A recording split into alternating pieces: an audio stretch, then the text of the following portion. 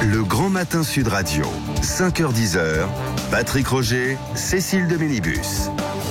Il est 8h09, on est ravis d'être avec vous. Vous devez certainement être dans votre voiture ou peut-être déjà au téléphone. Je dis peut-être déjà au Pourquoi téléphone. téléphone? Je vais vous expliquer pourquoi. Parce que peut-être qu'à un moment donné, vous vous êtes senti piégé et que vous allez le découvrir dans un instant avec Sarah Kadour, qui est notre humoriste du jour, qui fait des blagues au téléphone. Voilà.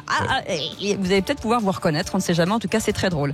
Et tout de suite, on parle du ton qui monte entre la France et le Brésil. Et pour en parler, nous sommes avec Eduardo Riancipel, qui est ancien député, membre du Conseil national du PS et maître de conférences à Sciences Po, est né au Brésil et de parents brésiliens. Oui, c'est cela. Bonjour Eduardo Riancipel. Bonjour Patrick Roger. Vous dialoguez beaucoup avec votre famille au Brésil, des amis, sur ce torchon qui brûle donc entre la France et le Brésil depuis maintenant quelques jours. Et alors encore cette nuit, on va en reparler dans un instant. Bien sûr, avec l'ensemble de ma famille qui est toujours au Brésil. Ouais. Et tous mes amis, bien sûr, nous discutons souvent de la situation difficile pour le Brésil et les enjeux que cela représente aussi pour l'ensemble de la planète. Oui. Est-ce que la population a ce sentiment, cette conscience quand même du danger que représentent les incendies dans la forêt amazonienne? C'est une grande préoccupation. Cela dit, M. Bolsonaro a été élu par les Brésiliens et de manière très nette, dans un chaos politique, dans une espèce de situation extrêmement violente avec la corruption, avec une destitution dont on peut toujours se poser des questions sur les raisons de la présidente Dilma Rousseff, sur l'incarcération qui me semble tout à fait disproportionnée du président Lula, dans une sorte de chaos politique. M. Bolsonaro est la bête et ce monstre qui est sorti des urnes, ce monstre populiste comme j'ai pu le qualifier à l'époque. Mais vous savez... Monstre populiste, mais il a été élu quand même, quoi. C'est-à-dire oui, que c'est bien ça. Le populisme peut parfois passer par les urnes. Oui, mais il y avait un chaos au Brésil. La forêt amazonienne, c'est pas lui qui a mis le feu non plus. Il y a quelques années, il n'y a pas si longtemps, il y avait davantage d'hectares qui avaient brûlé. Eduardo Riancipel. Depuis de nombreuses années, les différents gouvernements avaient réduit et protégé davantage l'Amazonie, réduit les feux, réduit la déforestation, et la situation s'est amplement aggravée avec M. Bolsonaro. On a entendu ses propos il y a quelques jours au sujet de la première dame française, de Brigitte Macron. Ça ne m'étonne pas beaucoup, vous savez.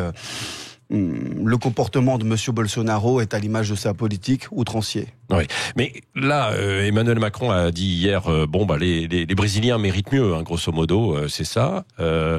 Est-ce qu'il ne prend pas un risque là d'une crise diplomatique entre la France et le Brésil? Est-ce qu'on peut se permettre et est-ce qu'on risque d'aller vers ça?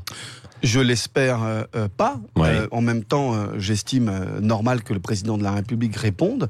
Et il a répondu de manière très digne, à la hauteur, et je partage sa position. Quelque part, c'est pas de la provocation. C'est très triste de dire ça. Franchement, la provocation vient du côté brésilien. Du président brésilien. Et je suis moi-même triste, et je suis certain que les Brésiliens n'apprécient pas cela. Je suis certain également, car je connais aussi bien les Brésiliens, mais le président de la République a raison de dire que cela choque, je crois, la grande majorité des Brésiliens et les femmes brésiliennes tout particulièrement. Vous savez, je pense que le président brésilien, M. Bolsonaro, devrait se souvenir d'un grand livre classique de l'histoire brésilienne, de ce grand historien Sergio Buarque de Holanda, qui avait écrit dans les années 30 un grand livre qui s'appelle Racines du Brésil, et dans lequel il définissait le Brésilien comme l'homme cordial. Je crois que ce serait bien que M. Bolsonaro se rappelle de cela. Alors c'est vrai, mais avant de relire ce livre, quand même, quelles peuvent être les conséquences là pour les deux pays de cette escalade? Est-ce qu'on peut aller jusqu'à une rupture en fait diplomatique? Quand même pas, mais honnêtement, je vais vous dire, je crois que les gamineries et les outrances de M. Bolsonaro ne changeront rien à la diplomatie entre la France et le Brésil, qui est solide. Elle peut s'abîmer un tout petit peu, mais les relations commerciales, économiques et même stratégiques, nous avons un partenariat stratégique sur le plan militaire avec les Brésiliens, notamment avec la construction des sous-marins dont j'ai pu aller visiter le site sur la côte de Rio. Donc tout cela est suffisamment solide pour que ce ne soit pas ébranlé par quelques gamineries outrancières de M. Bolsonaro. C'est pas que des gamineries là quand même.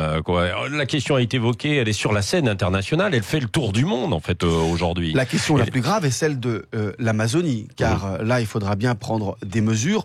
il faut aussi bien respecter la souveraineté brésilienne, car l'Amazonie, en territoire brésilien, elle appartient aux Brésiliens, elle n'est pas propriété des Nations Unies.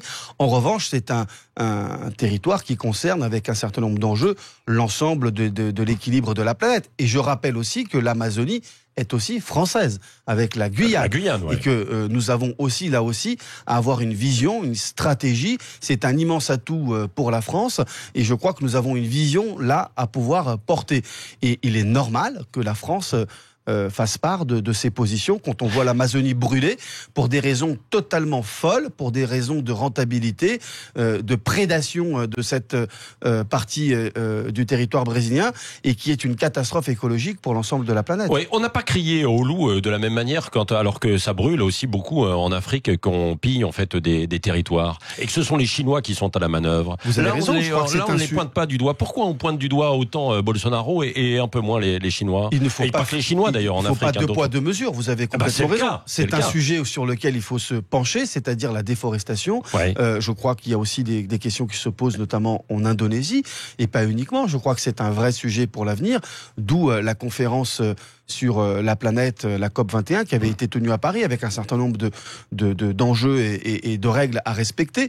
Je crois que c'est un vrai sujet, mais il y a un symbole. Donald Trump n'avait peut-être pas totalement tort en disant que finalement on n'impliquait pas suffisamment la Chine. Absolument, il faut impliquer les grands acteurs, il faut impliquer la Chine, et je crois que ces discussions-là doivent faire partie des discussions prioritaires dans les différents sommets internationaux, dont le G7 a été un emblème. Oui.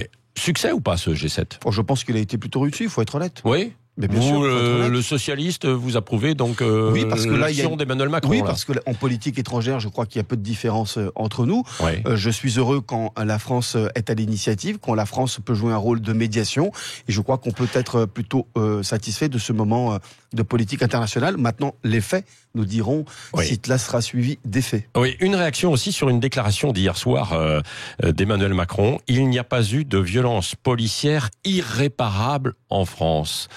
Quelle est votre réaction à cette petite phrase qui a fait évidemment se soulever notamment les gilets jaunes qui disent « Ah bon, il n'y a pas eu de violence irréparable ».